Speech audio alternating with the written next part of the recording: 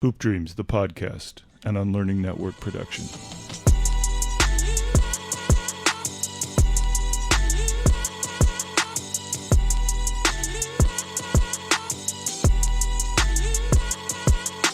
Man, we got an exciting show for you today. We got a Chicago legend, an Illinois legend. Yes.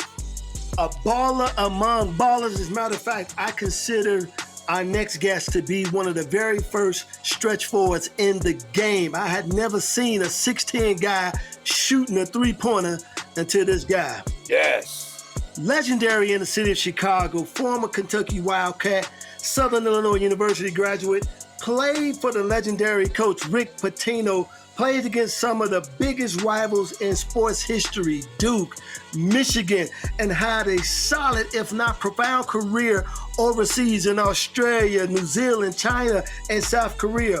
One of the very notable ballers to come out of, that's right, the South Side of Chicago, LaSalle High School. Joining us today is Aminu Timberlake. I'm Will Gates, that's my dog. Arthur Agee in the building. Yes, sir. You mentioned that legendary school. Yes, Had to represent. That's right. Hey, it's a pleasure, man. I've been, obviously, Hoop Dreams, classic, been watching. Obviously, I'll bring it out every now and then. It is, it hits home because I had a little small headshot in there, a couple headshots in there. That's right. But man, it's been a pleasure. I mean, just being a part of that whole era. But then also seeing you guys bounce around and doing your thing on social media. So I'm glad you guys hit me up. I'm glad to be here, man. What you guys got, man? Man, I'm so glad you on the show. Hey, proud, man, proud. And I want to piggyback on that. The first question on when was the first time you saw Hoop Dreams the movie? Where was you at? Where was I at, man? That's a good question. It come out 94. Yeah. Yep. Man, I've seen that thing about 10 times, but I can't remember if it had to be in the theater. Okay. But thereafter, man, it's one of those movies that anytime it was on TV and I'm turning the channel, I stop and watch it. That's just how it is, right? That's what that movie mean to me, how special it was, right? That's dope. Yeah, so that's where it's at. Man, you talking about dope. I mean, think about this, man. Illustrious career. I mean, you played in some of the biggest NCAA tournaments that a lot of athletes don't even get the opportunity to play in. But, man, you were on the court. But before we get into that, man, let's take it back. I want to go back to the origin, the history of Aminu Timberlake. Man, let's start with this question. Tell us about your hometown, Chicago. What part you from? Where you grew up? Give us the down low. All right. So all the new school heads can know. Yeah. So for most of my time, I spent in Inglewood, right? That's where my grandmother lived.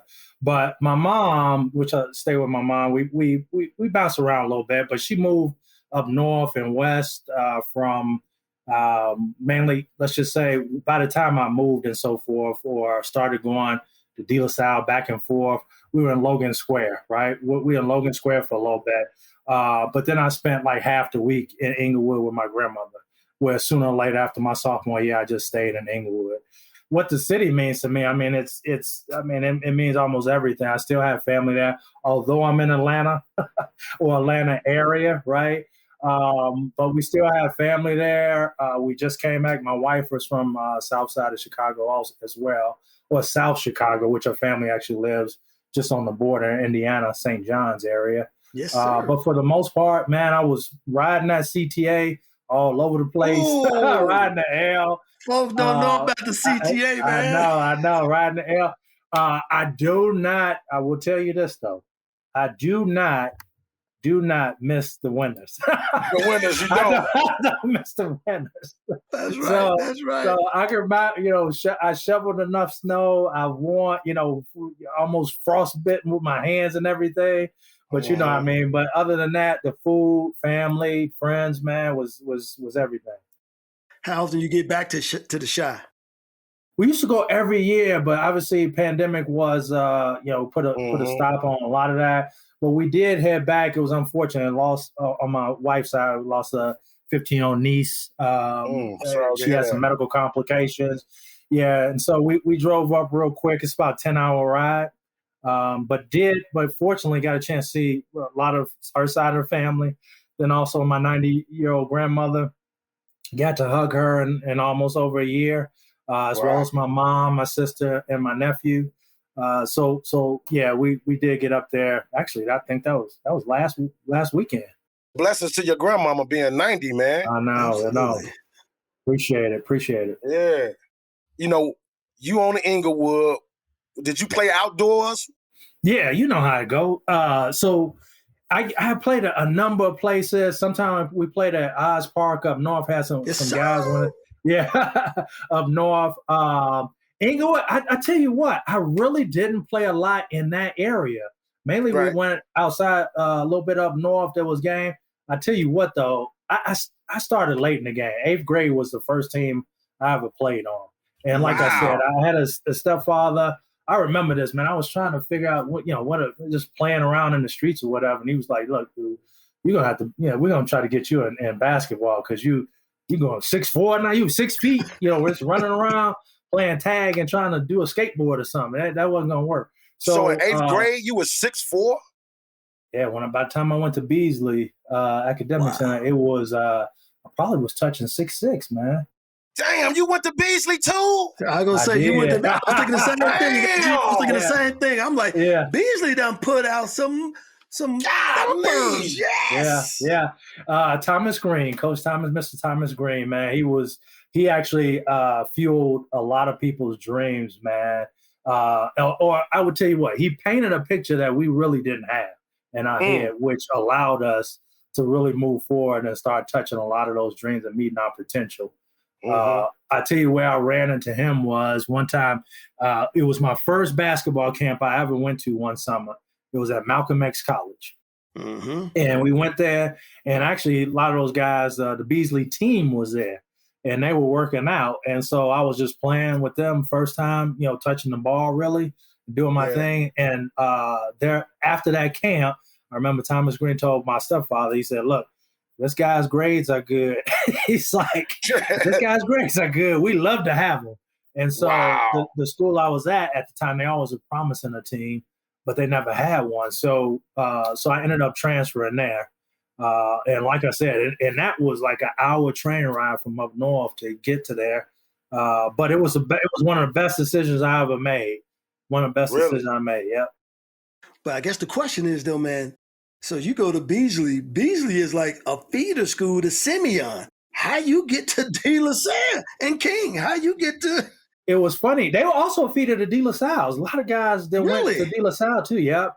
Whitney Young, and like you said, King and Simeon. And so it was one of those things where I don't know if King and Simeon. I remember going to see them because Jamie Brandon, he went to Beasley. We went to go see him when Marcus Liberty was there. Seeing him, the gym's packed, and then him doing all vertical, just doing a backwards dunk out of a crowd. I was like, what in the world is this? So that was great to see. But King and Simeon wasn't really a thing for me. It was Whitney Young or De La Salle. I ended up going, just going there. De La Salle, they also was doing that thing, and so and obviously took the test there and got in, but that was a great move too. It was one of those situations where it's all boys school. I remember them promising that they would be co-ed. That never happened. But actually, that might have been the best thing for me. That's right. Especially back in those days, man. Hey, listen, there weren't no video cameras back then, man. Yeah, well, the thing about it is just my focus, man. You know how you young back then, just running around, and so it was good for my focus. But let's touch back on, man. You hooping in the city of Chicago. There's many famous courts. You mentioned Oz. Well, there's some other courts, man, that when you're on the south side, all you got to do is get up on the lakefront and just go up and down the lakefront and hit parks. Was that your deal? Yeah, no, I hit a couple of those, but man, I got it, where I had a few guys, went to Lane Tech, got some other guys, and we just hit those courts like Oz and a couple up north. But that was one of the most notable ones, man. Other than that, some of that stuff was just, I ain't have a car at the time. We just, like I said, hitting the train and doing stuff. But Wherever, if somebody was able to get in the car, and go, that's where we headed. But it wasn't many. But I do remember just hanging out, just being on the court. And like I said, when we all cramping up and doing everything, it wasn't because anything. It was because we wasn't hydrated. That's right. That's right. Especially at Oz Park. No shade. Right, no shade. Right. All the trees. Yeah. And I don't know if you remember this about Oz Park, man, but you had to get up. You had to be there about 7 o'clock in the morning, or you was going to be down about 4 or 5 games before you even got on the court. True. And I remember I had to bring my guys. We usually brought a squad there. Yeah, you had to bring a squad. If you didn't bring a squad, you wasn't even getting picked. Yeah. And like you said, you had to stay. You had to win. Else you're gonna be 8 games down or something. So yeah. That's right. Hey, when we coming up, man, like we had the love of the game, like I want to ask you, like, when did you fall in love with the game? Because it changed for me when I saw Isaiah Thomas, when I knew his whole background of where he came from, the West Side. He went to Joe's, and I was like, damn, if he can make it, he showed us like he can make it, I can make it. So that right there, I just fell in love with the game. It was nothing else I wanted to do but play the ball all day long. When was that? When was that? Can you pinpoint that moment when you said, man, I love this shit. Like, I want to do this. This was the thing. Let me see. So I'd say it's a couple points where I noticed where I started saying, man, I really love this thing. You know what I mean? One of them was my stepfather at the time. He was a sound guy. He did some sound for some commercials. And he actually did work with Michael Jordan one day. And so I got a chance to meet Michael Jordan at that when he was like first coming out, right? But I don't know who he is because I'm just a young kid. I don't know what it is. But I remember during one of those sessions, they had a Nerf rim, right? Nerf rim. And I remember it was some contest going on. I was too young. It said Southern Comfort or something on. It's coming back. So I was too young to win some of the older prizes. But I ended up winning, the hoop and everything. And I was mad, like, this is cool. And I think that's also when my stepfather was like, look, you growing now, we got to get you in this sport. But after that, it just started coming along. And a lot of it was a lot of nudging, man, because, I wasn't that good, but it just kind of naturally I started taking off. I love the game came from, like I said, Beasley with coach, my coach there, Thomas Green. He again instilled. He just started painting a picture for people, man. Like he would say stuff like, "Hey, use this game," because Beasley was right across the street from Robert Taylor home. Yeah. That particular building didn't have windows on one side. That was basement. That's just the way it was. But I remember him saying, this neighborhood is one thing, but he would paint pictures where it would get us not just outside of the neighborhood, but out in another state, out in another country, right? He was saying, man, you can utilize this game if you take it. You can utilize this game to travel the world if you want. But none of us at that time, was thinking. But I remember he planted those seeds. Yeah. And that all of a sudden it started bubbling up, developing that love for it. LaSalle was another place, man, where all of a sudden I just remember in that hot gym, no air conditioning. Oh yeah.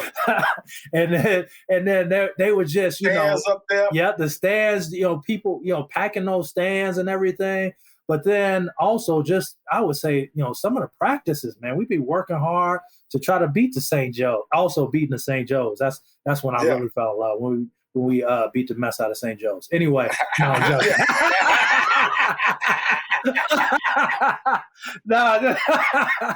No, but some of those epic, epic battles, you know what I mean? Absolutely. Where I still didn't know where I was, but I knew I enjoyed. I loved going and putting in the work, you know what I mean? Yeah. With my teammates, growing in those relationships. And you don't even know where those things, will go.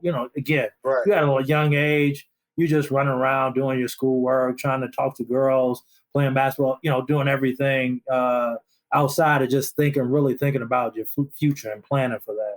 So anyway, that was just a couple points. And again, you gotta, when it comes to love for this game, I think, one of the things you just got to do every now and then, check your commitment or love for the game, because there was sometimes where I'm at the end of the bench thinking, is this worth it, right? Do I really enjoy it? But again, and now I play pickup games, and I really just like getting wind in my hair, man, just running up and down, hanging there. Yeah. So anyway, it's a back and forth. It was a love-hate thing, but mostly it just continued to land on love and saying, man, I really enjoyed this thing, and it allowed me to do a lot of things that a kid from the city, wouldn't have been able to do, right? Travel that. Let me ask you this: how far do that De La Salle and St. Joe's rivalry go back? Because if I'm right, Pingator was good friends with your coach, right?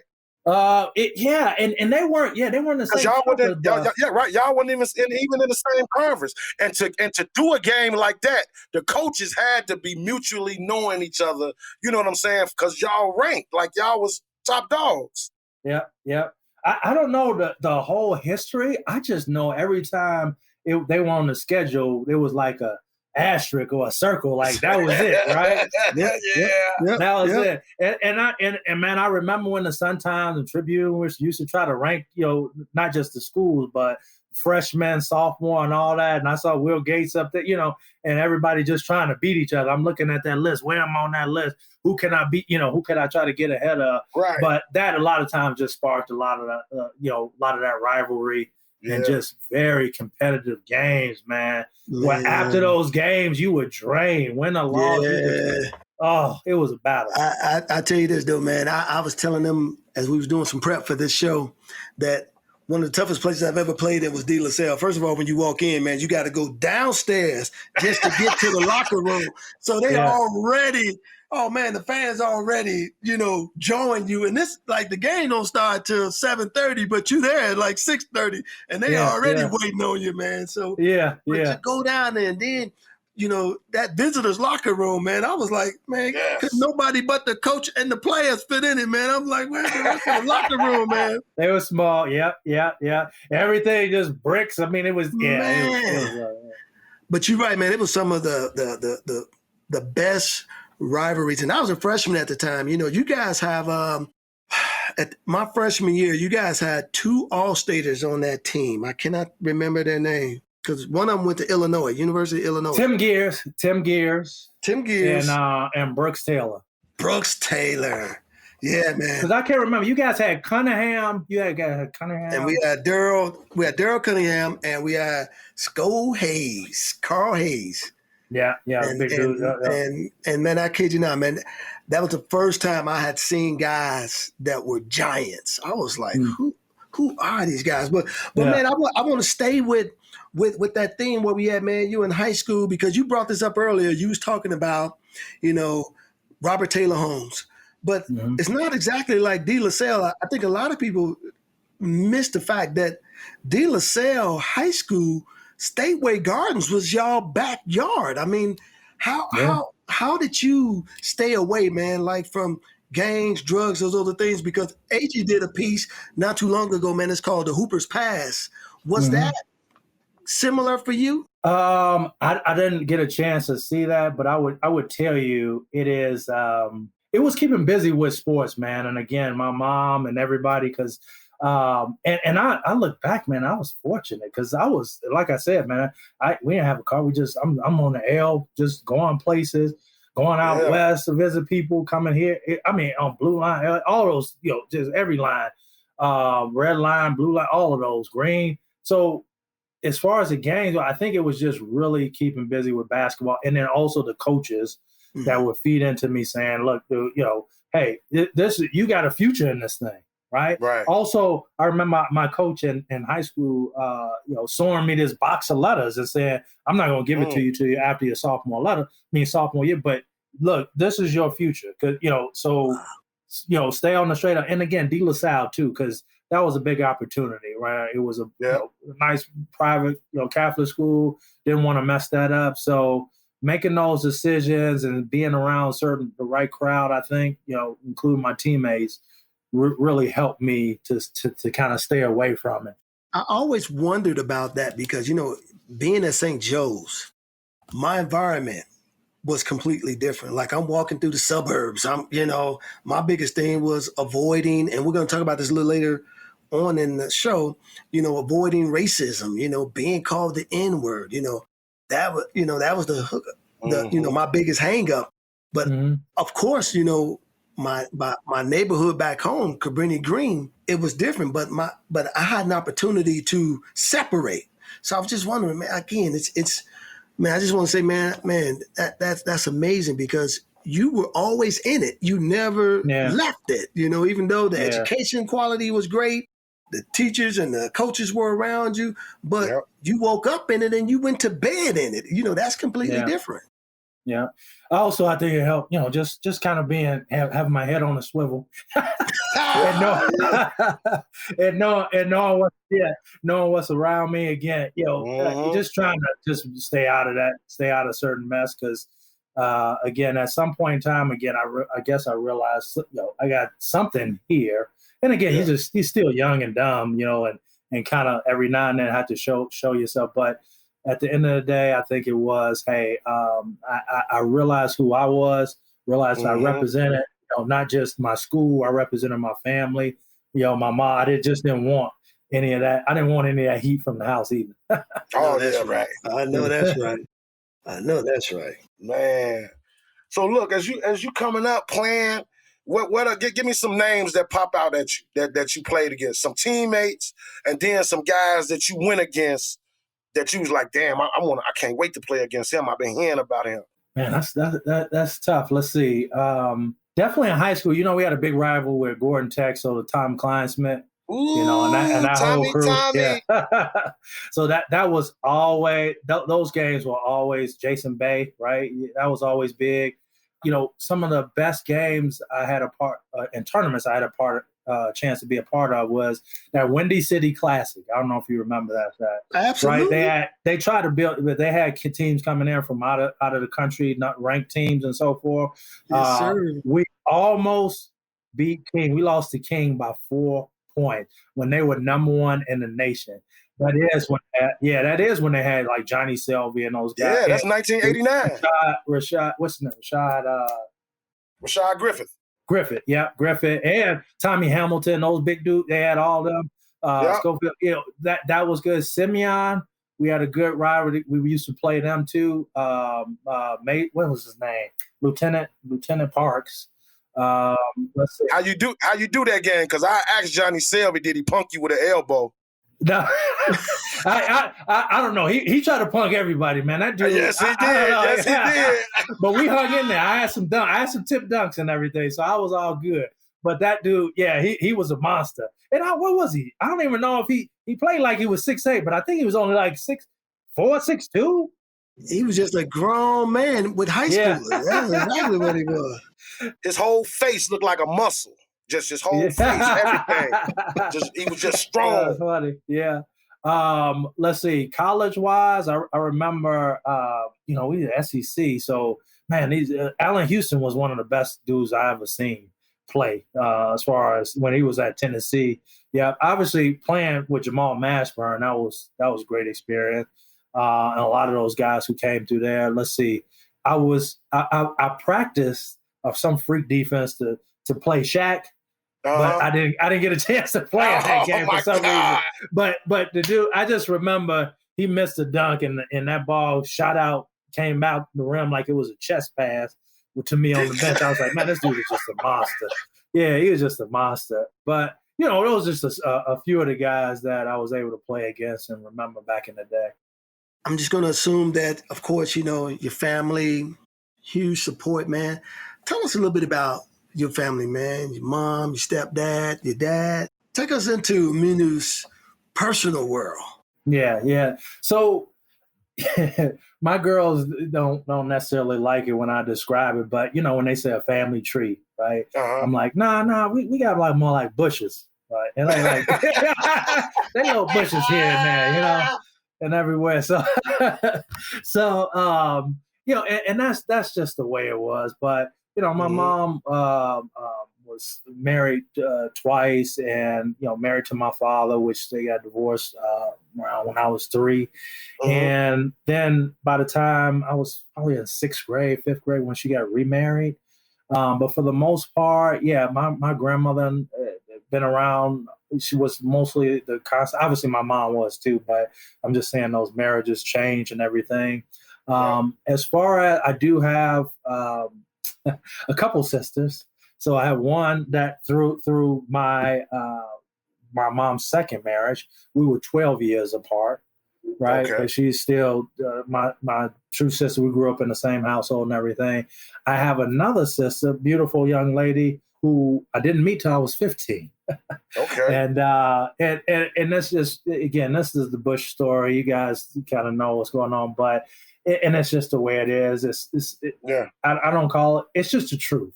Some people would be slightly embarrassed, but I just remember my mom saying, "Wait, she's 15. Wait a second, and she's a year old. She's a year on me." She's like, "That math don't add up." You know. So, hey, don't worry about it, brother. I got 7 bushes. Yeah, it's okay.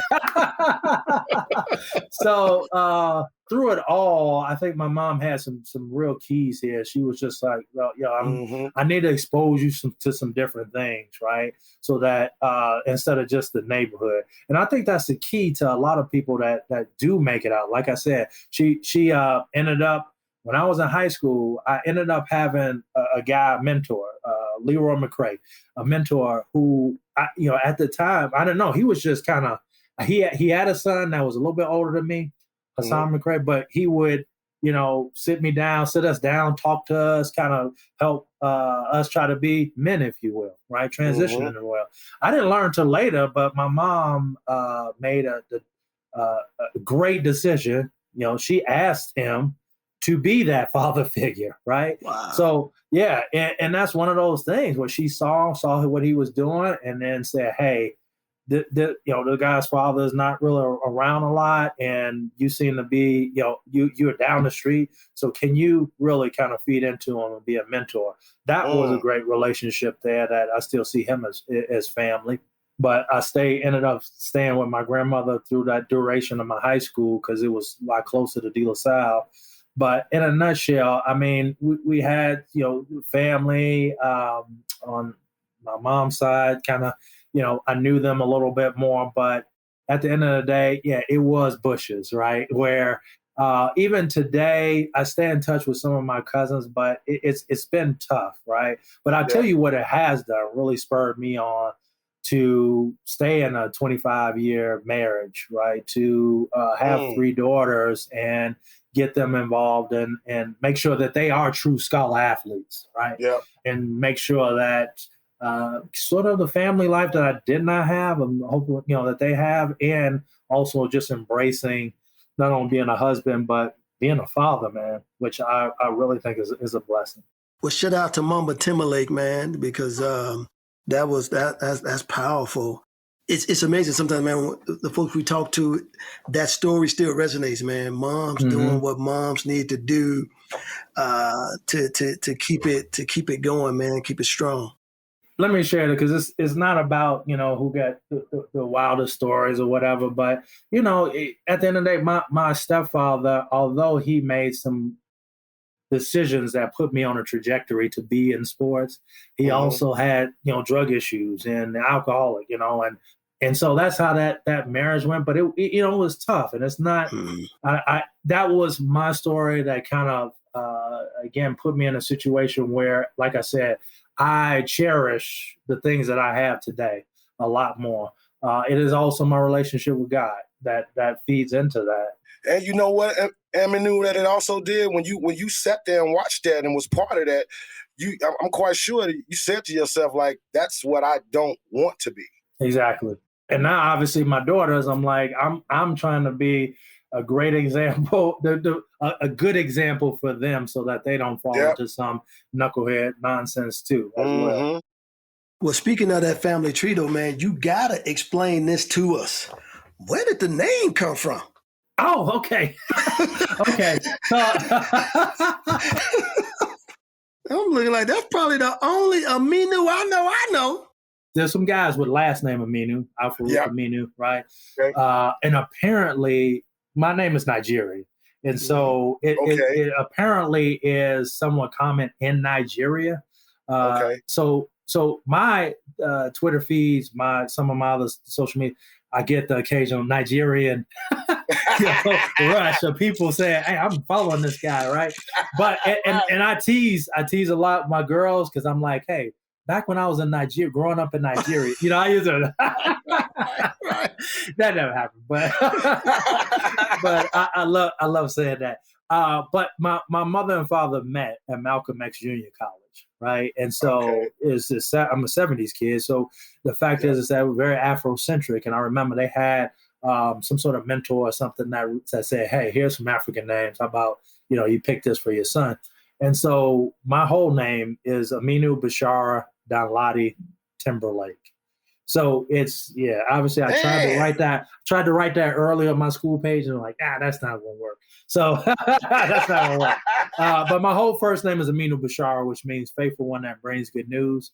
And then Danladi is my middle name. It means son born on Sunday. Right. So so that's where it comes from. But it's a very Afrocentric, mother and father at the time, Afros and the whole nine. Take me and AG back to, man, some of the toughest games you remember growing up in high school playing, man. I mean, I know you shared some about Gordon Tech, St. Joe's, but specifically, man, talk about that Windy City Classic, because I remember teams used to come from out of state.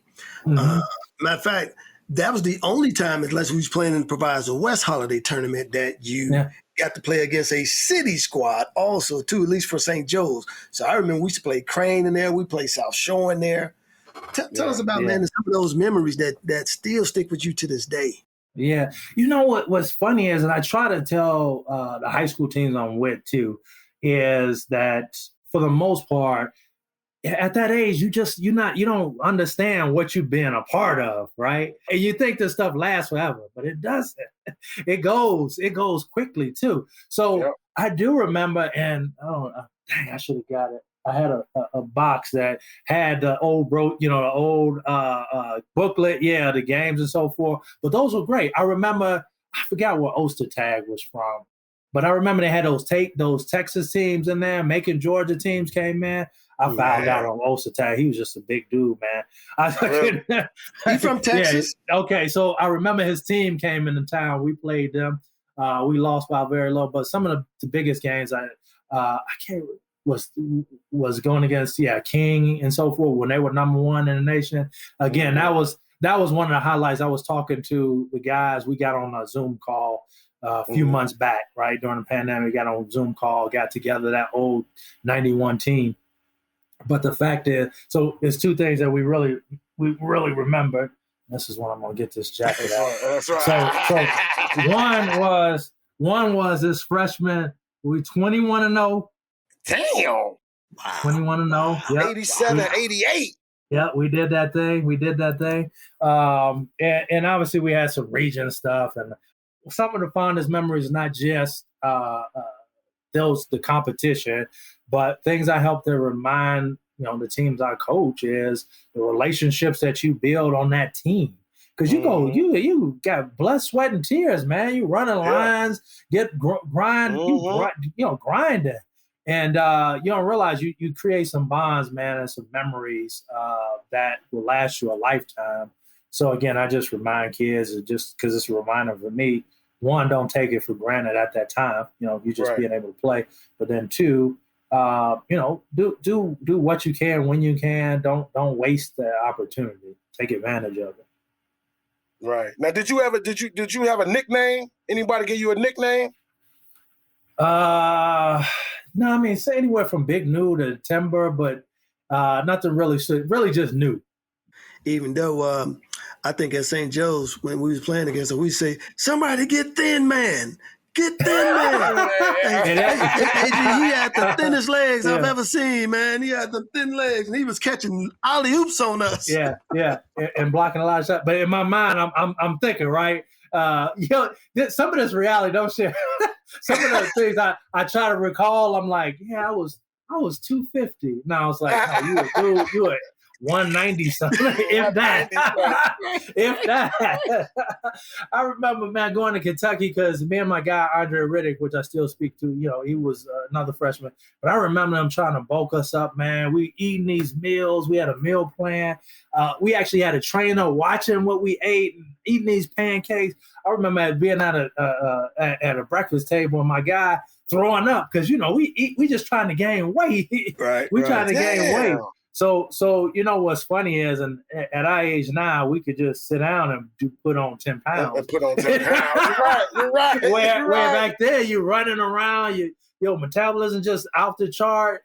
But it's funny. That's why now I'm trying to watch what I eat. I get in the gym and everything. For a while, I was getting at 6 a.m. just trying with my daughter going to lift weights and stuff at the high school. But it's just one of those things, man. You're right. I was thin back then. I can't deny it, but I'm not gonna remember that part. I'm just gonna remember beating. That's right. And he had the box haircut. He went from the box haircut I to had the ramp. Gumby. Yeah, That's right. You had the Gumby. That little ramp. Had a little ramp with a curve with this little switch in there. Yeah. That's right.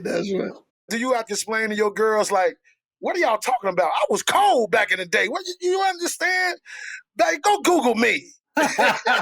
You know, they do get it every now and then with you know what your dad used to do and everything. But it is funny. They still don't know. They like, oh, I seen you Google. They talk about Christian Laettner and all this other stuff. And every now and then I do these interviews every now and then. But I, again, at the end of the day, I was blessed to be a part of that particular journey. And like you said, you guys know the deal, man. This game could take. It was true what my coach said in 8th grade at Beasley, saying, "Dude, this game could take you around the world, take you places." I didn't believe him at the time. I just heard him. I was like, "Really?" You know, I didn't know. It was hard to hear when we was young, man. We when you look across the street, you're like, "That's not it." I'm walking this way, that way, and not seeing that. That Coach Thomas, he had to not say it one time. He had to keep reiterating it. Because y'all eventually just like, damn, why is he? And y'all believed it. I'm telling you, just like Beffa told me. Beffa cussed me out so much. I felt like if I walked down the street, I was doing something wrong. Yeah. And that's just how you have to do it. Yeah, in those situations. You know, his name was Coach Thomas Green. You know, and after a while, he used to have pictures in his office, headshots of all the kids that went to college, you know, that he had. And for mostly, he said, "Hey, this is a scholar athlete. It wasn't just an athlete. He's saying this is a scholar athlete, and this is your path." Like he would tell you, and so that all of a sudden you had this picture, and then you say, "Okay, that's where I got to go. That's what I got to do." That it became sort of a norm, right? Yeah. You started hearing about it. You started seeing it, and then every step you take started feeding into that. So for the young athletes, man, that when we listen to this podcast, talk to us about the pressure of the game, the pressures of success. Like, did you at any moment, like I remember, man, there were times when, and you guys talking about coaches, Ping would sit me down and show me tapes of Isaiah or, you know, talk about the history of the game. And then I was thinking about, you know, even my own family, you know, I got to be the one to make it. Talk a little bit about, man, the pressures of, you know, the success of the game. This is where I'll go with this because, fortunately, in that sense, I didn't have that same experience. I know people will ask me, "Hey, what if you ever thought if you make it somewhere and so forth?" But honestly, my head was just trying to get better, enjoy the game, and see where it took me. Right. I wish back then I had more of a plan, right, and kind of executed it. But this is where I was at. But where I ended up being is where basketball ended up being my guide. And I'll tell you, this is a slight testimony, right? So it ended up being my guy, and it fell short, man, because you realize, you know, sometimes it left you on a high. We're winning games, we're doing the thing. I'm putting on rings, you know. It's allowing you access to girls and fans and everything. But at the end, but then also you realize, you know, it's also a business. You know, it's like. and when I went overseas too, it could love you one week and hate you the next. But let's just say even in college, man, I realized that I caught myself one time thinking I'm doing my thing a little bit, but also I'm realizing, man, I'm stinking it up. I don't know. I'm went from starter, now I'm sitting a little bit and wondering where do I go, you know, from here. And the fact is that, you know, I remember looking around thinking, man, I was the best dude on my team and one of the best guys in the city. Then I looked around and I was like, all of these dudes were the best on the team and the best in the city. I was like, Yeah, so but that was a reality check. But I remember also ended up transferring and doing a thing. But it was a point where I was like, man, this basketball is not. I'm not leading to the NBA like I thought. It wasn't an easy road to try to get there.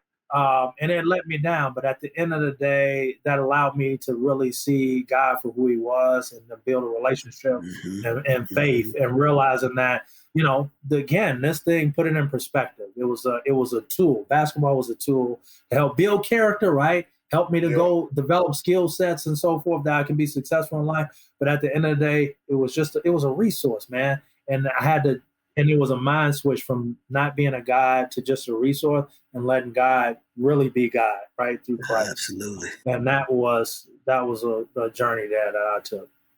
Did Rick Pitino ever come see you play a high school game?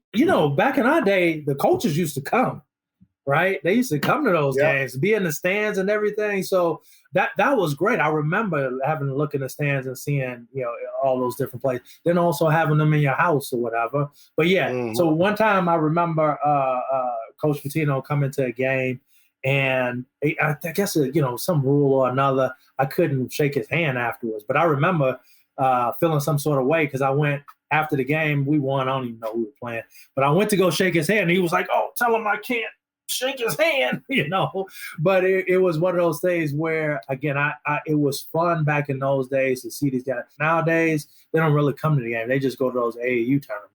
Oh, they just use videotape. They be like, I don't want to use my summer. I don't want to use my summer budget for traveling, looking at the hot gyms and all this. Just send me the videotape. You usually got to put a mixtape together. So, That's right. Yeah. So, but also I just remember some highlights and memories that I had was actually having those home visits, man. Not necessarily, some of those. I went to college visits, but I remember the home visits. So I'll tell you an interesting story. I had to do with my grandmother, who still as feisty as ever, although she's 90. But I remember we had Bobby Knight. He came, Indiana, because that was one of my schools that I chose to because you could only pick 5 at the time. So at the time I had Michigan, Indiana, Georgetown, Kentucky, DePaul. Damn. Right, in DePaul. Yeah. So I remember they came to 2 stories. One, Bobby Knight came to the store, right? Came to the house. Him and another coach, a couple coaches. It was my mom, my grandmother, and my coach, high school coach. And so he's giving the spiel, Indiana basketball, all this history and everything. And said, "Hey, you guys got any questions?" Or talking to my grandmother too. My grandmother said, "You know what? I do have a question. I do have at least a comment." She was like, one day I was watching TV. I'm turning the channels, and then I stopped because it was Indiana game. Now, she wasn't a basketball real fan or whatever. I was kind of the first, kid or in the family to play basketball that she was even concerned with. And so anyway, she saw this game, right? She stopped on the channel. Some reason she stopped. She don't even know. But it was the game when she said, "You know what? And I don't know if I feel safe with my son because you know what? That game, I saw you throw a chair on the court." Out of everything, she really didn't know about Indiana. That was the first time she really got a glimpse of Coach Knight, right? Him throwing a chair on the court.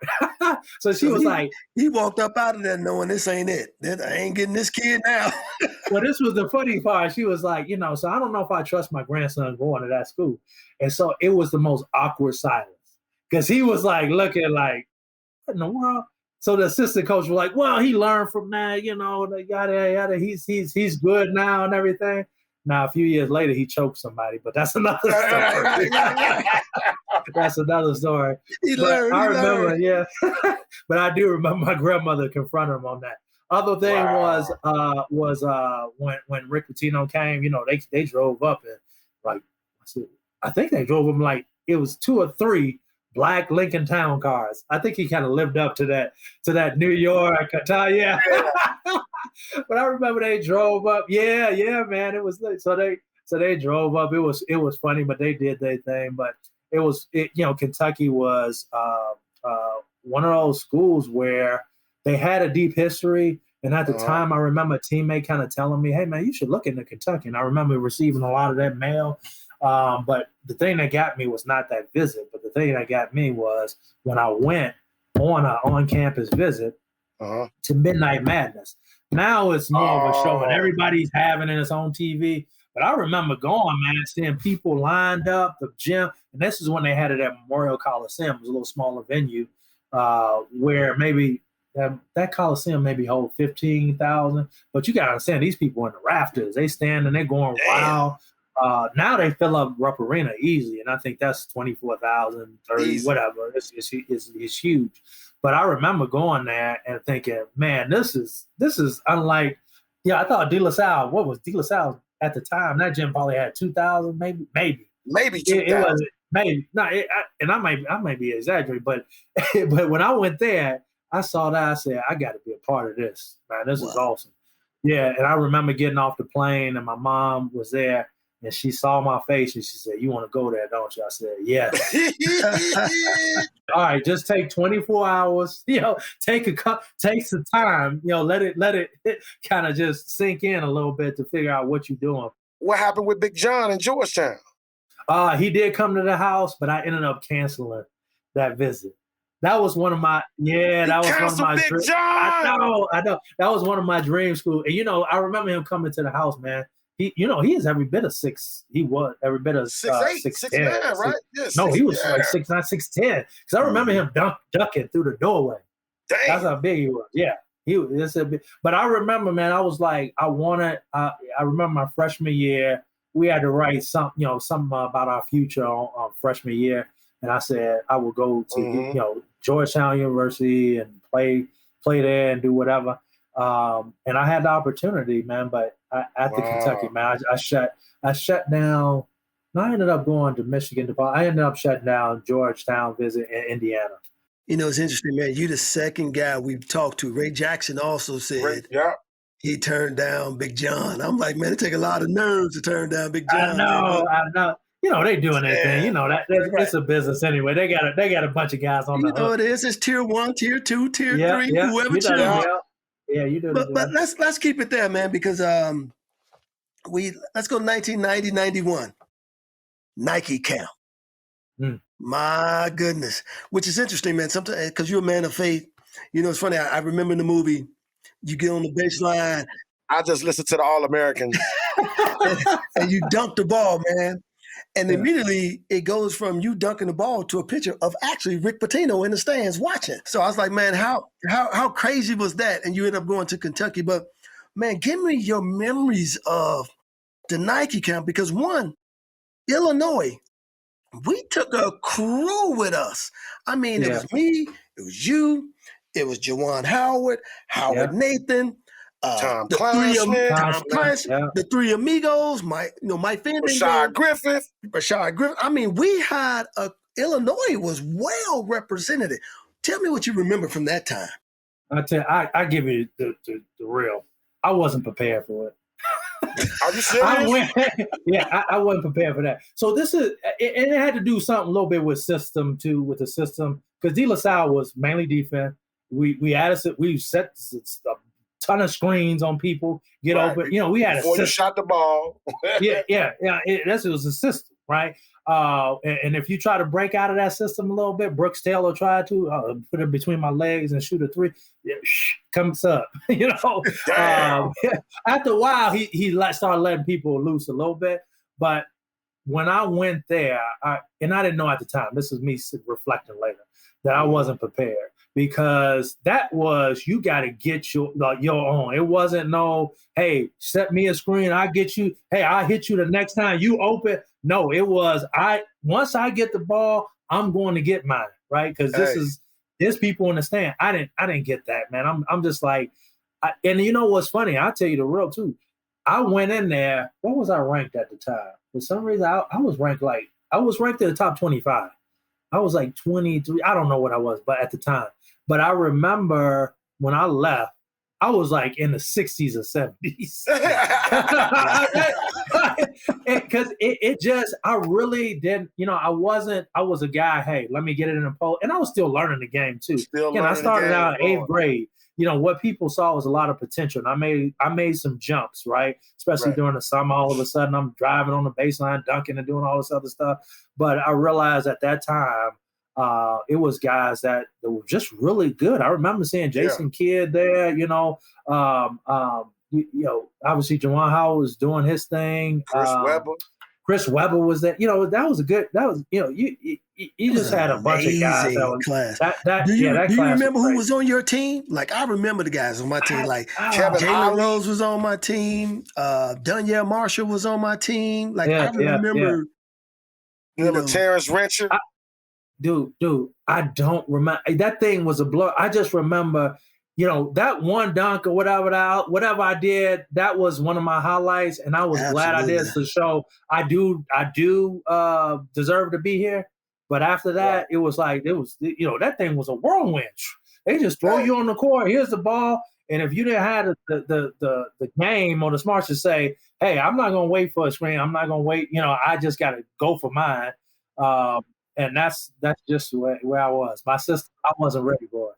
This was a funny part in it with William Gates when he was at the Nike camp, right? So Will, like you just said, like you had to go in there and get yours. So Will in there thinking like, damn, you motherfuckers ain't passing me the ball. He like, Will like, exactly. Will like this. Will like, man, these motherfuckers out here just looking out for self. Man, I'm ready to go home. So then he had, I guess, after that game, I guess he just was like, man, fuck it. Let me just get out here and just, every time I get the ball, I ain't passing it. So he had a good-ass game. One game, he go David Kaplan over there writing down. Yeah. Oh, yeah, William Gates. Excellent. Go baseline on some dude. I'm like, look at this dude. Well, Will had the game. That was the thing. Will had that game, right? I was still the era of the big man where they were like, oh, just go in the post or block some shots and everything, right? Right. So that's why after a while I started developing the game where I had to learn how to pass, dribble, shoot, because I got tired of waiting for people, right, to pass it to me. But at the end of the day, like I said, I'll be real. I was like, I wasn't ready for that. Because I admit, a guy like me, I wasn't trying to pass you the ball. I was shooting, man. Hey, listen, man, when we was in high school, I felt like big guys was in the way, man. What they do? You had some really good big guys, too. And I did. That was the thing. I had McDonald's All-Americans on my team, but they was in the way. Don't you see me driving? You just gonna stand right there. Yeah. I'm like, hey, you know what should crack me up, man, because we both come out of that Catholic school system. The big guys, when you're a small guard in high school, all they teach you is, man, look for their hands. So guys used to hold their hand up. I was like, I don't see no hand. Coach, he hold his hand up. I couldn't get it to him. Yeah. This dude Will went from Carl Hayes, Daryl Cunningham to Amal McCaskill and Big Boy. No. We had Marty Clark, who went to the other one went to Ohio State. Gerald Eaker. Oh, wow, Gerald Eaker. Big Eaker. Gerald Eaker. But Aminu didn't play against Gerald. He played against Marty Clark, who ended up going to Duke. I do remember the first time I ran into Marty Clark because we played in some summer league game.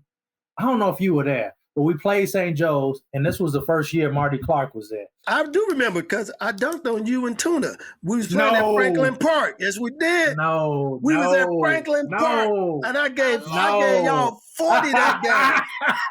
I gave y'all 40 that game. No, you are not doing that with that. 40 that game. Listen, we was playing at Franklin Park. As a matter of fact, and let me tell you how I know I remember. when my oldest brother, AG Randy Gates, he came to the game. I was doing y'all. I mean, after the game, my brother came up to me and said, "Man, I didn't know you was that good." No, I will admit, I don't know about dropping 40. I will admit, I do remember Marty Clark going on, and I was thinking, who is this dude? But again, nobody really got. You might have had a decent game. It's a decent game. You had an eye. I know you didn't dunk. That's all I did, man. You know how we held down that lane. That's all I did. You know how we held down that lane. Come on, listen, we held that thing down. Listen, that was my house. I had a whole couch set. I had a whole sectional in the lane. It was my house. But summer league is different. TV. Summer League. Listen, Summer League was different, man. Cats, listen. First of all, I don't know who them guards y'all had on your team, but man, they couldn't touch me. But Summer League was different, man. Yeah, I was giving guys the business because in summer, Payne didn't care. He just wanted to win. So Summer Leagues was different, man. You went and you went and got yours this summer. That's because we didn't have AAU. Speaking of that, did you ever do any? I didn't. I did like Prairie State, and then we used to have those, go down, I don't know, to Morris Shootout or whatever, right? Morris Shootout, Potawatomi Park. Yeah, we didn't have those. We didn't. And then whoever was hosting some little summer league, but we didn't have those things. AAU and traveling all over the place like these kids are now. So that's a whole nother beast. Did you? No, we didn't do it, man. Listen, it's funny that you say that because the kids, every time they ask us, man, how you work on your game? I said, we just played. Right. Yes. But honestly, I don't know. We would have had the money to go do that stuff, man. We didn't. We wouldn't have the money to go do that stuff. No. So, now for a kid to play AAU, it costs $1,675.33. He got it down to the penny. Yeah, you be like, damn. That might be on the low end. Yeah, that is on the low end. Because you're not even talking about travel, right? And then because with my daughter, we had a good deal because it was girls basketball. But then you had to travel. We went to Louisville. I found a buddy that he took. I took his daughter one time, to Louisville, and he took mine, up to Washington or DC or whatever. Mm-hmm. But we all of a sudden you in these tournaments, and then let's just say they're a weekend, 3 days. It costs like to get, let's say, a week pass or whatever, or a weekend pass.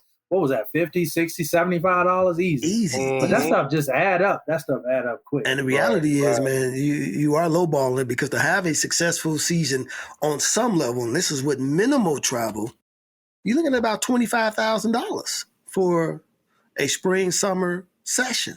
Because like you say, with travel, hotel, food, it can get up there. But listen, we want to do this, man. We got this thing called halftime.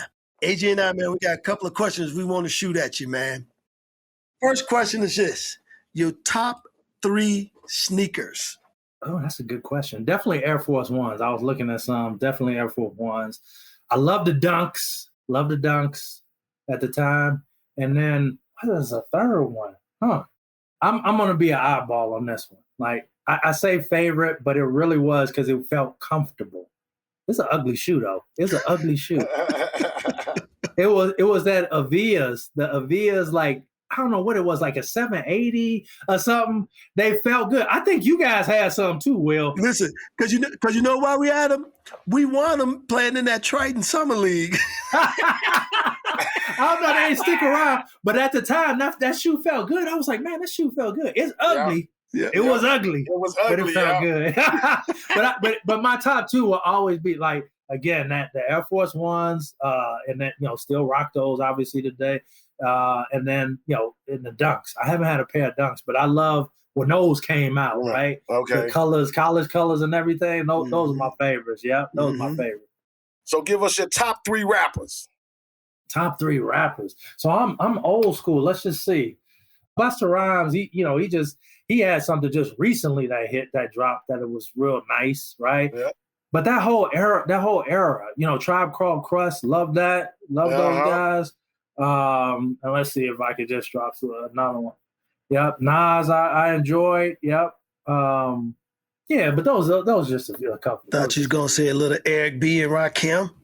I should have. But I was gonna go back. It's hard, man. I love the quirkiness of Biz Markie, right? Love the Wu-Tang. Love that stuff. I even like, I was thinking about Special Ed when they came out. I was like, this stuff like that. Smooth beat with Special Ed. Yeah. So, hey, listen, that was the train ride because you had to have the Walkman on you. With the big head, with the cushion, the orange cushion on your headphones. Again, you still had to have your eyes open, man. You had to be aware of what was going on. Don't fall asleep on the train. That's right. Yeah. And your top 3 movies. Top 3 movies. Oh boy. So I'm gonna say 42. Oh, okay. Yeah, enjoyed that movie. I do like some of those documentaries, man, or based on a true life story. Okay. This is what I want to say. B Street. B Street. B Street. Yes. Yeah, one of those genres. B Street. And when I think about it, I'm like, I love B Street over Breaking, right? Right. Everybody do it. Absolutely. Yeah. That LA over here, B Street is straight New York and Chicago, man. Yeah. And then when I think about, again, you growing up or something that kind of told a story about when we were growing up, I would say it was a toss-up. I like Menace to Society, right? But it was like Boys in the Hood, too. Yeah. It's just one of those movies where you're like, oh, man, I remember some of that, or that was back then, or, something of that nature. But that's kind of where my mind flows to. Who's your favorite all-time NBA player? All-time NBA player? Brad Sellers. No, I'm joking. Hey, man, you gotta stop that, man. You gotta stop I'm joking.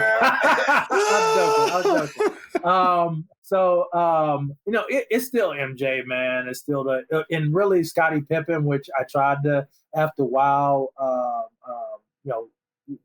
just model my game after a little bit. What were the toughest 3 college stadiums you played at? Oh, man, that stuff is a blur, man. But let me see. I remember toughest college stadiums. Boy, that's tough, man. It's definitely SEC. Yeah, definitely SEC. It definitely wasn't LSU when Shaq was there. That was a monster. I remember Tennessee was always a tough battle.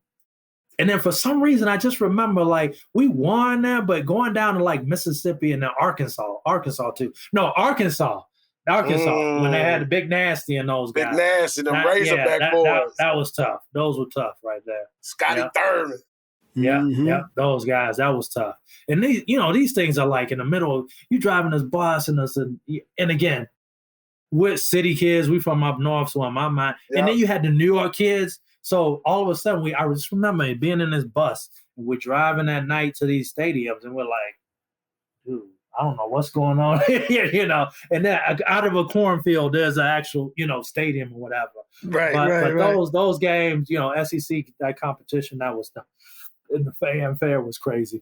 Did they ever do anything crazy? I remember we would go play Memphis, and prior to us running out, man, they would have an actual live tiger right by our locker room. So when we run out, it's growling at you.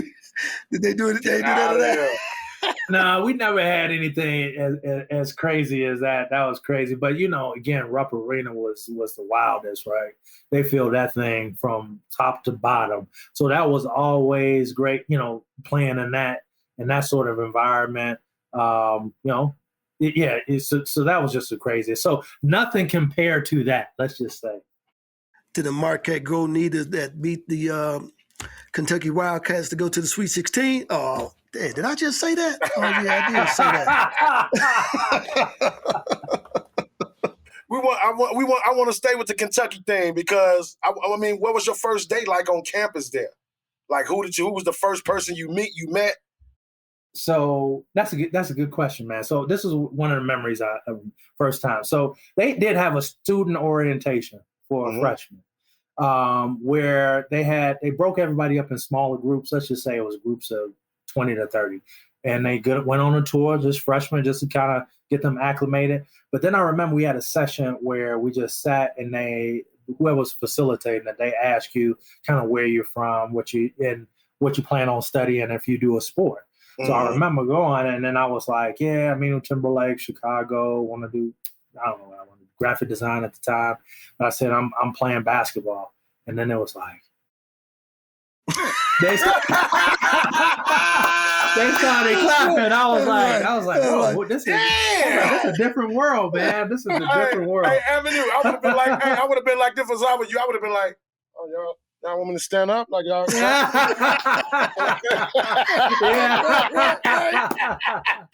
That was funny. Oh, he's a basketball player. Oh, okay, here we go.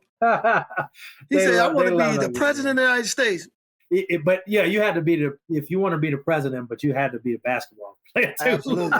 Absolutely. But they show a lot. And man, that Big Blue Nation, man, is shout out to them, man. Much love. Even when I transferred, of course, I was a part of that game, that Duke game and everything. And that obviously helped me stay in the hearts and minds of people, if you will. But that Big Blue Nation, man, they stay faithful and they love those guys. That's including me. Some of the love, I'm still amazed, man. One of the games I'll tell you the story. So one of the games I went to when they had those Tournament of Champions. They still have it. You know, it's Kansas, Duke, Kentucky, Michigan State. So I went when they came here. This was years back. They came here to Atlanta. Well, it was so many Kentucky fans that they started calling it Catlanta. They started calling it Catlanta. Yeah, Catlanta. And then I remember somebody got me tickets. I was able to go. And then I was sitting there and so one guy, he gave me a shirt. I still hate Laettner shirt, right? So I wasn't going to wear it at first, but he was like, no, dude, you got to wear it.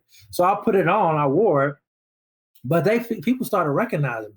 So during the game, I remember somebody tapped me on the shoulder. I was like, hey, what's going on? They were like, hey, can I get a picture and, sign this? I'm like, yeah, cool. Yeah, that's all good.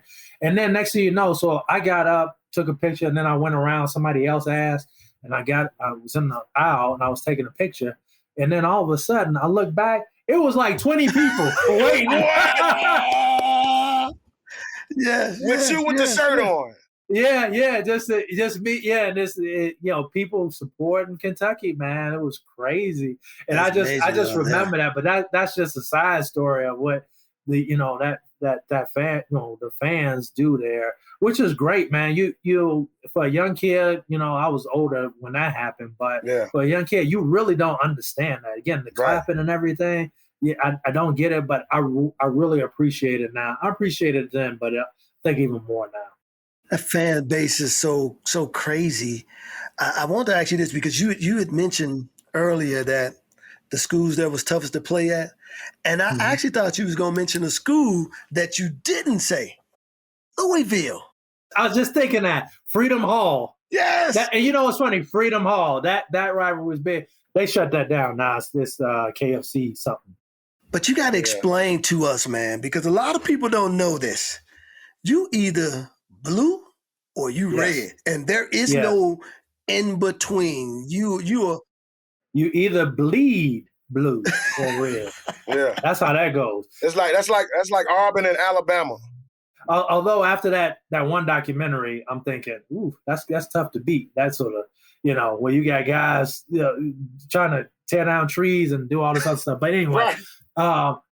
But yeah, I mean, you go to these games, man, you play in these games and then like one side is blue, the other side is red, people just going crazy and they talk about it because this is the game of the year. That's one of those games where it's like Michigan State. Like if you can have a bad season, but if you win that game, you're at least allowed to coach a couple more years, right? That's right. That is the game. But yes, that Freedom Hall bit, man, that was something. But by the way, every time we played them, we won. Which is funny because they had some players back then too, though. I mean, I'd never seen a basketball rivalry like that, man, in a long time. Just in terms of the state's mentality, I'd never seen anything like that. So, which leads me to this question, though. So, Coach Pitino, he crosses the line. How is that even possible? I was a head scratcher when I first saw it, and I'm still scratching my head. Hey man, he with the mob. That's why he able to cross the line. He with the mob. All I know is they wanted results. They like, dude, we want to win. It's like winning. How did they handle that? How did they deal with that? At the end of that, I don't know. I think it's a lot of bourbon that was people were drinking. to actually get through it.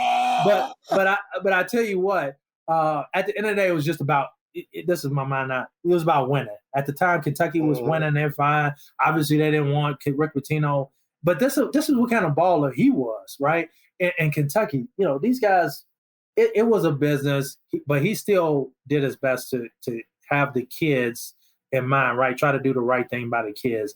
from exposing them, because we were city kids, right? Exposing them to, restaurants that we wouldn't usually go to, really nice restaurants. He tried to, to keep us out of trouble, right? I remember having a practice on New Year's Eve, right?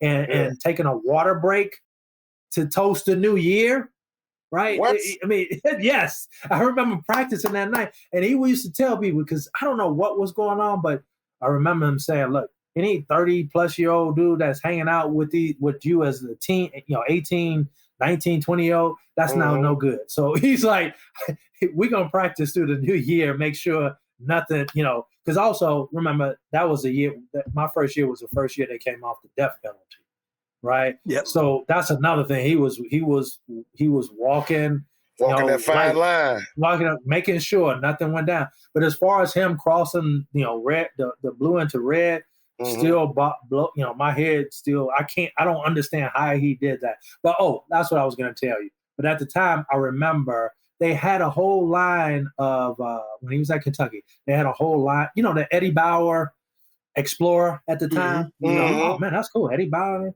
Well, he had a Rick Pitino signature. And it hit caught. Instead of Eddie Bauer, it said Rick Pitino. Wow. And people were buying it. People were buying that thing. That's how much he was loved in that state, right? And so by the time he went to Louisville, people kind of hate him, but they couldn't hate him for long because they were like, he did right by UK. He brought us back to prominence. And so what can you say? All we can say is we hope we beat you when we see you. You know what I mean? So we got to talk about it. March Madness, we can't get away from it, man. But we want to ease into it a little bit. So this is your first NCAA experience. What was that like for you? So Rick Pitino had us in a mindset that, we had to be 1 or 2 seed. That's the only place that's the only place we should be, right? Now, I don't even know what seed we were, but it had to be one of the top seeds, right? Anything less was a failure. So again, having that mindset already was a game changer, was an advantage, right? Ooh. 2, we always, prided ourselves on being one of the hardest working teams, if not the hardest working team in America. So we had that to do a little, we were humble, but we did have that particular swagger and confidence. And when we went into these games, it was a game, but most of the times I realized that the practices were much harder than the games. Damn. Right? Because that's just how we went at it. And so we went in with, this could be your last game. However, we were there winning, just to win. And I remember regional, collecting those vinyl signs afterwards that say which region you were in and so forth, and putting them up in the dorms or whatever. So that was cool. But at the end of the day, I still would say this is that, when I was young, I don't know these things. Again, I started out in 8th grade. I just really, at least I didn't know the history of the whole thing, right? I was there, showed up, got my uniform, checked my name on the back, and wanting to get in the game just try to be ready to get a few minutes in the game. But I think what's so amazing about that is, and you shared this with us a couple of times, how you were just there and you weren't really in the moment, but you were in the moment. But when I think about the guys from Illinois playing in the tournament that year, like Marquette, we didn't make the tournament that year. But man, when you think about it, from our state, it was the 5-5, then it was you. Yeah. I mean, it was like 5-5. Think about that. Then it was you. I mean, it was like, wow. I mean, that. No University of Illinois, none of that. I didn't even think about that, man. Yeah. It was like 5-5. Didn't mean new. So thinking about that now even kind of blows my mind because, again, I'm blessed and I'm very thankful about that whole journey in basketball, right? Yeah. But sometimes, I do downplay some of it, because maybe I didn't score 50 points or something. You know what I'm saying? It just that wasn't my thing. I guarantee you some kids saw you on television when that game was played and they said, Aminu Timberlake has just checked in the game. He's from Chicago. Yeah. Oh, shit. He's from the Chi. You know what I'm saying? Dude, just that. Yeah. I do remember coming back to Chicago and then people saying, "Oh man, I just saw you on TV." I was like, "Cool, man. Look, yeah, it is what it is." But yeah, man, it was that stuff is. Yes, it's supposed to be 4 years, but that stuff is almost a blur, man. Mm-hmm. It is almost a blur. Mm-hmm. So again, when I talk to these kids, especially in high school, and when I get an opportunity to talk to these kids going to college, I tell them. Somebody said this to me later, and I just stole it, but it fits today's kids talking about DMs. I said this college thing is all about DMs. And they're like, "What, direct messaging? What are you talking about?" And I'm like, "No, it's about diplomas and memories, right?" Diplomas and memories. And therefore, back then, I think I wish I would have, or someone would have just helped me to pause a minute and say, look, just kind of soak all this stuff in, right? Because not everybody gets to do it. I mean, I can go get a Final Four ring, right? And I used to wear it every now and then, but it's one of those things where people still look, it's smaller, right? You got these guys with these huge red 4-finger rings, but even that had a couple diamonds, it was black, it said Final Four. And people are like, man, you know how many people actually played in that thing, and it's not a lot. So I'm looking at it like, man, that was amazing. So look, let's jump into this Duke game because first of all, why do you feel everyone hate Duke? And did you grow up hating Duke? No, I didn't grow up hating Duke, but I think that game was one of the catalysts of people hating Duke. Absolutely. That game was one of the things hating.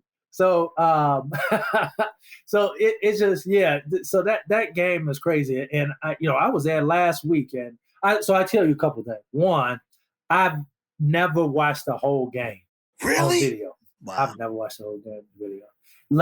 A couple of years ago, or last year was the first time I kind of watched at least 3/4 of it in a way, right? Which I saw myself thinking, man, I look good. I was fit. I was running up and down. I was like, man, my knee hurt now, but I wish I could do that. But I also tell you what, I was mad at myself. I was like, man, because Marty Clark was on that team. Yes, and I was thinking to myself, man, why didn't you dribble and do something with the ball? I was getting mad at myself. You're just standing there like a dope, but it was funny. But at the end of the day, I remember somebody saying, just last weekend, oh man, I saw you on that. I saw you, that game came up and I was watching it. And it was almost like, I can't believe you standing right here. I just saw you back in 91, on the Time War. But I was like, and obviously they talk about, but Princeton Laettner, I said, oh, you mean you saw me play in one of the greatest college games ever, right? So when you playing it or whatever, nobody, you're not thinking this is the greatest game ever, right? You let people actually say that, and I just remember, even at the end of it, oh man, I was hurt because I knew if we would have won that game, that was the championship game. I thought whoever won that game, this is who won the championship. And I remember the seniors, man, they were balling, they were hurt, man. But you don't realize how tough it is to get there. Right? You don't realize how much you got to work. You have to put in the time and work, and then you have to, the ball had to just go your way sometimes. Yeah. Right. For that night, guy didn't miss a shot. You know what I mean? Why he had to look so good and didn't miss a shot? That just added to his whole myth of him being Christian Laettner. And then sometimes I go back, I'm like, man, I should have hit him. We should have gotten a tussle and got kicked out together. It's one of those things where the thing wasn't, it looked worse than what it was. I was like, that thing didn't faze me, you know what I mean? But and I wanted to stay in the game. But nowadays, obviously, they would have kicked him out or whatever. But It is what it is. That's what happened. But just thinking about the memories, man, it's just incredible. And it is one of the greatest college games in the world, though. But you know what's so amazing about that game, man? Because I actually did just watch it the other day. A lot of people forget how great Jamal Mashburn was that game.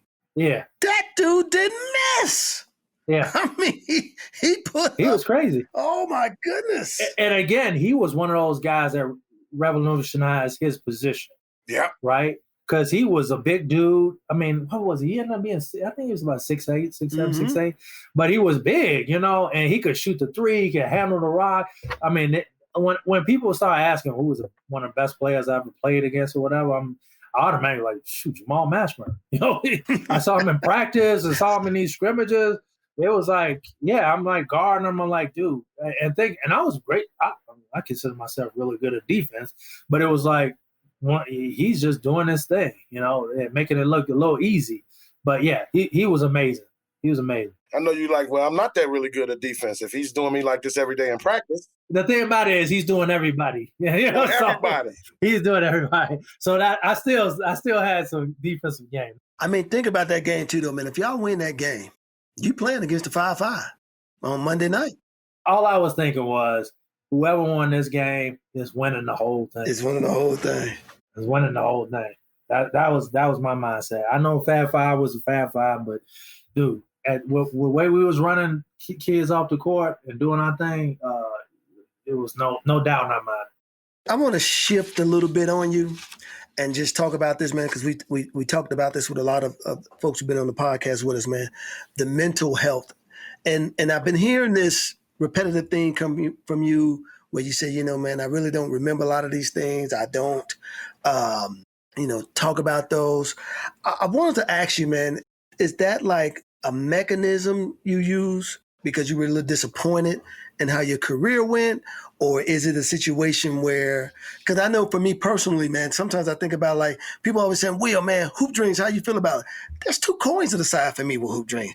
The first half, I'm like, it's amazing. The second half, I don't even want to talk about it, because it's like, like, why do I want to revisit that? It's a little bit of both, but when it comes down to it, I think, I was the first one in my family to even reach that sort of plateau, that sort of hilltop, if you will, right? Playing basketball. My dad didn't play basketball. My mom was the first. She graduated from college, but she was one of the first ones in my family to do it. But I had nobody that was close to me in my family that could say, hey, dude, this is what you should expect. This is what is going on. Pause a second, enjoy this moment, be competitive, keep it. I had none of that. So most of the stuff I'm thinking was a blur. It's just going 100 miles per hour, right? Wow. And I'm not really picking up a lot of things. And even when I get on call and people are remembering things, remember when you did this?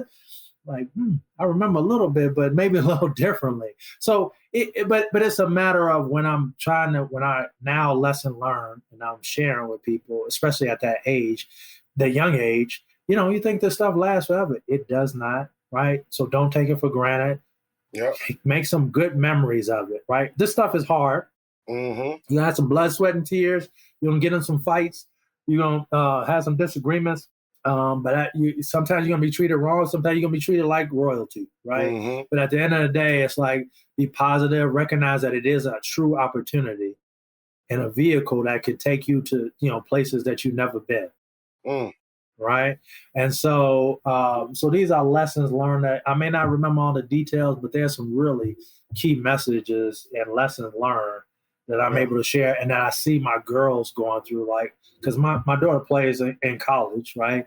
She got a D1 scholarship. She plays in college and we talk all the time. That's the other thing that I look back, not would necessarily regret, but just lessons learned.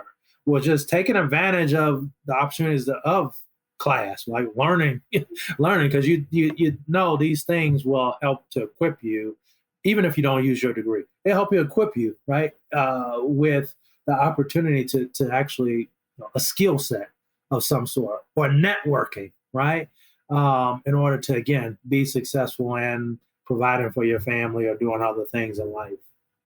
That's amazing, man. That's good because these kids nowadays. They built different. They built not like how we was built. We had to do more with less. So now our kids and this new generation is basically, they got practice 2-a-days and then, social media. And then, like you said, coach may be playing a game with them, mentally playing them, not playing them a lot this time, but not playing them. All that, gets to a kid's head. And mentally would drive them to start questioning themselves like, damn, am I doing something wrong? Like, so it's good that you're there for your daughter to talk through those things with. Yeah, you're right, because I could beat it. It'll leave some bumps and bruises, man. Yes, it will, man. Absolutely. And make absolutely. Yeah, some scars. and make them question everything and not trust anybody.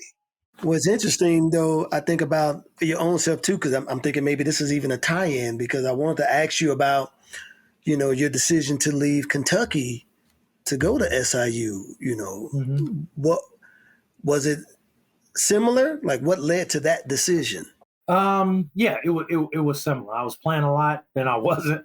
I was a tweener, right? So there's a couple things at play.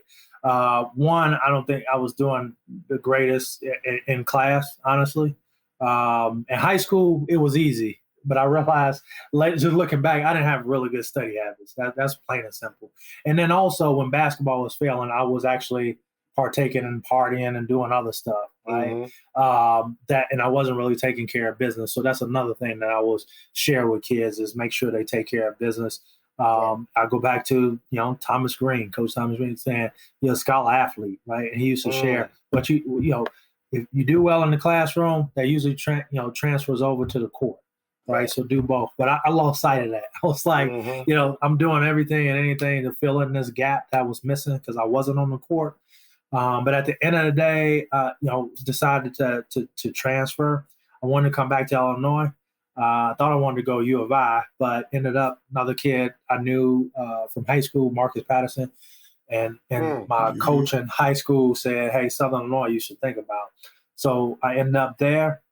Best things that came out of there, honestly, met my wife, got my degree, couple of degrees, and then I thought I was finished, man, because I didn't really have didn't have a strong college career. Got a lot of some great teams I was on and did a lot of things. Right. Loved that portion of it. But I thought I'm going to go find a job.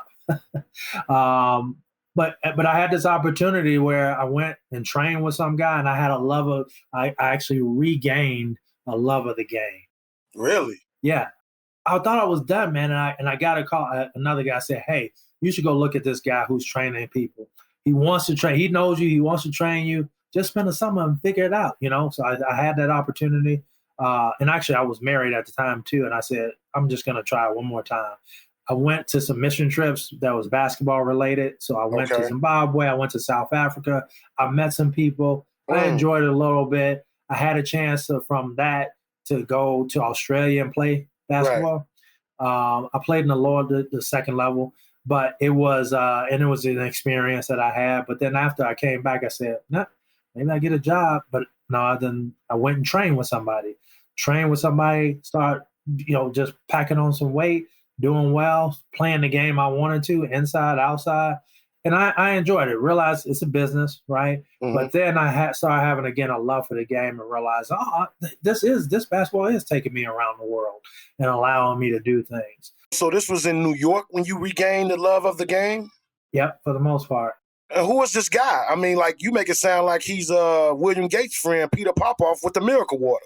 What the hell did he have inside up there in New York that you just gravitated to and said, oh, man, I'm loving this again? Like, shit. It was just a matter. I started seeing results and I started playing like I knew I could play, right?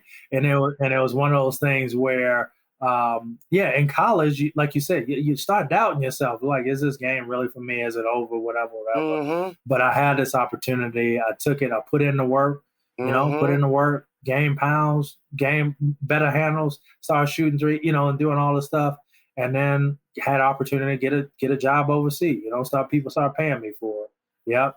And but then after a while, didn't really find a home, but I did satisfy something right in me that said, I did it, Mm-hmm. Did you take your wife? I usually would go, we went a few different places, but I usually go over a month ahead of time, kind of get things prepped, and then she'd come.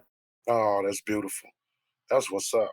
So when you look back over your entire professional playing career, man, tell me something that fans never got to see from Aminu. That's a good question. From me specifically, that's tough. When I think about what fans didn't get to see, I don't think they got to see. So, for instance, when I get together with my Kentucky team, with LaSalle, with bits and pieces of Southern Illinois, there is a bond that is just strong because we all went through this journey. We put this blood, sweat, and tears on the court, and people don't really see how much work. They just see when the clock is on and the scoreboard, right? But they don't see behind the scenes. You busting your tail, right? You eating, somebody sitting down watching you put in calories, making sure you put in 3,000 plus calories or whatever, and you throwing up. They don't see you coming in late at night from a game or something overnight.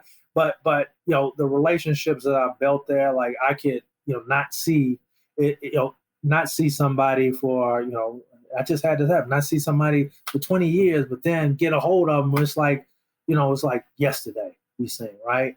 So those are the sort of things that sort of work, those sort of bonds that behind the scenes that I experienced that people didn't really get to see. Sometimes we got in tussles, man, and sometimes we hugged it out. You know what I mean? Mm-hmm. Sometimes we partied, sometimes we yelled at each other. You know what I mean? Mm-hmm. But it was one of those things that I think people don't really see or can appreciate. They just mainly see, again, when that clock is on and the ref is out on the floor and you putting it in the hole. Right. They don't see everything that you put into it. Do you have any what if moments? Like I often thought about for myself personally, what if I never got injured? Do you have any what if moments? On occasion I do, right? One of those is what if we would have won that game? What if I would have got up and hit him in the mouth and we both got kicked out? Right. And we both got kicked out. What would have happened, right? What would have happened? But on the other hand, I realized that I don't know if I would have found God. I don't know if I would have understood who Jesus was in Christ, and what that really means in my relationship with God, right? Unless I had those downfalls or unless I realized that basketball is not God, right? Or if I made it a God, it was going to fall short every time. Absolutely. And so, every time. So that is one of the things that it puts a lot of those what ifs to rest. Where now I just say, hey, there's lessons learned that I could utilize now and then share with others. As a name I want to throw at you, man, Bernadette Maddox, who was, really at that particular time, that was transcending. She was, first female assistant. And if you could just talk about that and even relate that to now how, that was really kind of spearheaded during your time. And how was that relationship between her and Coach Pitino? Some of that stuff you just don't realize until afterwards you look back and you say, oh, man, that was crazy. So I remember going back and forth with messaging with her, right, and showing some appreciation through LinkedIn and so forth, and she's still doing her thing. And then we have some mutual people that on occasion it's like, oh yeah, I know Bernadette. Coach Locke was Bernadette, Coach Locke back then. But I don't know. She one day she just showed up, and they said, "This is now your coach." There's no way Coach Pitino said, "This is history making. This is history in the making." You know what I mean? This is somebody that if you learn to appreciate, can feed into your steps moving forward in a positive way. And then also how she was inspiring to not just the people that she was coaching, but that she later women, and girls could look back and say, "Wow, that's an amazing feat that she did." Right? Mm-hmm. Sometimes we gave her the business. I'll tell you that, thinking, "Oh, she's not going to be able to coach us during this and everything." But she did know her stuff, and it was one of those transitions where everybody, whether you're male or female, you would have had to do anyway, which is, I want to prove my value and my worth here, right? You know what I mean? And show that I deserve to be here, which she did at the time. Was she respected in the gym? Because, again, I just remember, being a college student, anytime a girl walked in the room, my mind went crazy. There was a transition there, if I were to be honest, because we didn't know what we were expecting. Right. New coach, woman coach too, never been coached by a woman. So, but I think, at the end of the day, with help of Coach Pitino and the rest of the staff, she just earned respect. Mm. I mean, she earned respect. Shout out to Coach Bernadette. Absolutely. Absolutely. So you've gone from high school basketball college basketball at its highest peak, playing professional basketball, getting married, starting a family, but still found time for devotion to Christ. In that, have you thought about full-time ministry? Because we also want to touch on the fact, man, that you're a girl dad as well. Yeah. You know, how do you balance ministry and being a girl dad? Well, one, I just see it as a dad. I was telling the girls, they're like, "Why don't you post this about the girl dad?" I'm like, I've been doing that before they mention the girl dad stuff. I'm not worried about. I'm just trying to be a better dad. I'm just trying to be a better dad. But I tell you, all of this stuff, whatever I'm able to do, the strength I'm able to gather, the path I'm walking, the commitment to marriage, you know, and sticking with that, knowing.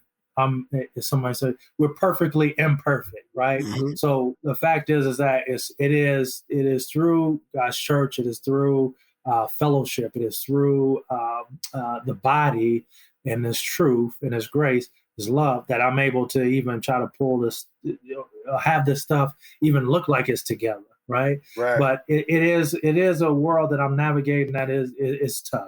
Just want to touch on the business side of sports real quick, man. Just a couple of questions of that. You know, there's a new overtime league, and, you know, the G League is letting high school players, you know, go into there and make money. What's your thoughts on, one, college athletes getting paid, and two, younger athletes coming out of high school, going into these new developing leagues now to make that money? What's your thoughts on that? Interesting. I haven't really gone down that whole that track just yet. There is a lot of money in college basketball, right? Now, how you distribute that, I don't know. I know that they're starting to come out with they actually get paid for their image and everything, which I think is good, because there's a lot of money. You think about all these coaches getting money, the universities, you know, from football to basketball, whatever. They put a lot of these new buildings, dorms and buildings that's coming up, getting paid because on the backs of these people. Now, I also know the fact that in getting a full ride is something to appreciate, you know. It's something of an investment, right, that can actually help equip you for a better future, obviously. But yes, with the money in hand, I think they're on the right road as far as being paid for their images and so forth. But again, there's some smaller schools that I don't know how they get a share of that money. You know, they go play the big schools just to get paid, right? Absolutely. Yeah. So I don't know. There's no really. I don't know. I don't know how there's not an equal balance there. It's not like you saying, okay, you get 10,000, you get 10,000, you get 10,000, you get 10,000 cash. When, you know, when that big school, you're bringing in millions, right? And that little school is like just waiting to play. So that's a little complicated. As far as kids going from high school to the professionals, for me, I say go to college. I see some value in that in college, but honestly, any other sport, you know, people go directly to professional. So I don't have, I don't really. I'm kind of ambiguous to it. If you want to go, I support you. If you want to go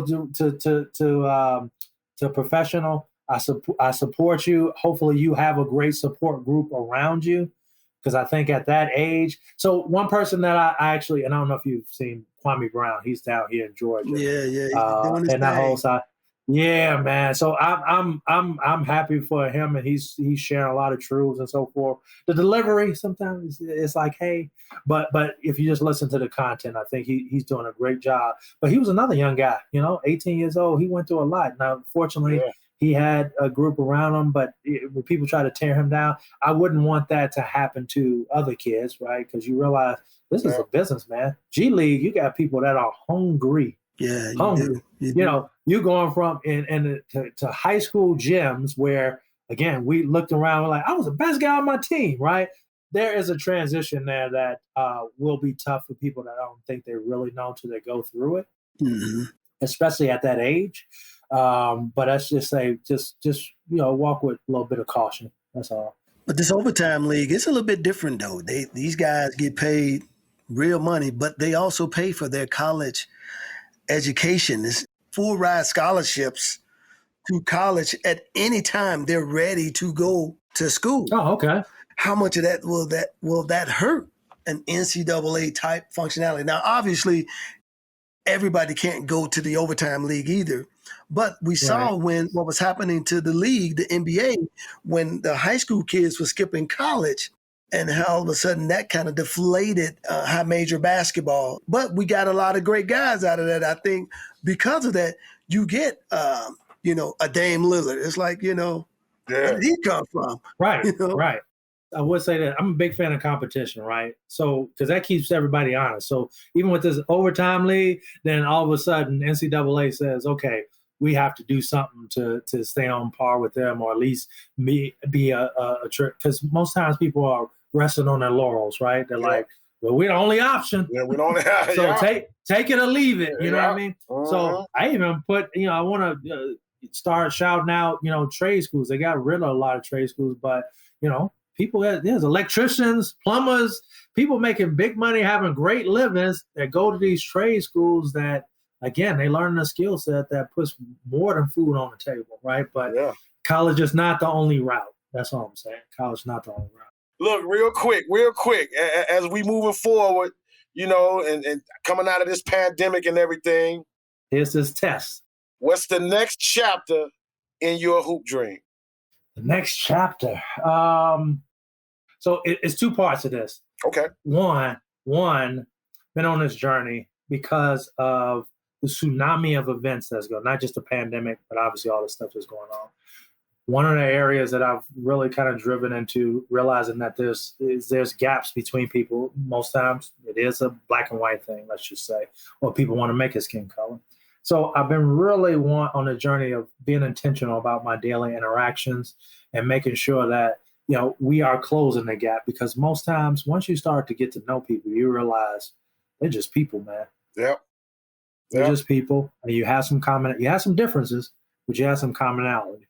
Yeah. I think one of the strongest statements somebody said to me once I really got to know them a little bit more, they said, man, Aminu, your skin color is the least interesting thing about you, right? Just think about all the things, your journey, even through just Hoop Dreams. If I just knew you through Hoop Dreams, the movie, it didn't matter black or white. You had a hell of a journey, man, and stuff that again continues to make you guys legendary.